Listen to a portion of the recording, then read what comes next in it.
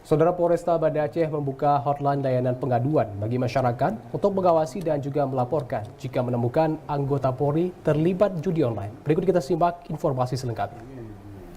Pembukaan layanan pengaduan disampaikan Kapolresta Banda Aceh Kombes Pol Fahmi Irwan Ramli di sela merilis penangkapan 19 pelaku judi online Rabu 19 Juni lalu. Fahmi juga memastikan akan menindaklanjuti laporan yang masuk dan menindak tegas personil kepolisian yang terlibat, baik pidana maupun etik. Pembukaan layanan hotline pengaduan merupakan komitmen kepolisian dalam memberantas judi online yang banyak dimainkan di ruang-ruang publik, salah satunya warung kopi. Kapolresta Banda Aceh Fahmi Irwan Ramli mengatakan pemberantasan judi online menjadi prioritas penegakan hukum yang dilakukan kepolisian saat ini. Langkah ini menyusul dampak buruk judi online yang kian meresahkan warga.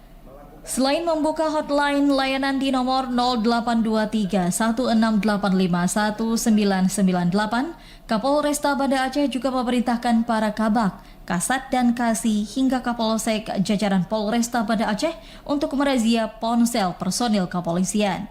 Dari masyarakat yang melihat langsung ada oknum dari anggota kami yang melakukan hal sama judi online, tolong diinformasikan kepada kami. Yang tadi kami sebutkan WA curhat kami di 0823 1685 1998. Kalau memang itu ada laporan masyarakat, kami akan tangani, dan kalau memang tertangkap tangan dan bisa kita buktikan, akan kami proses pidananya selain etik.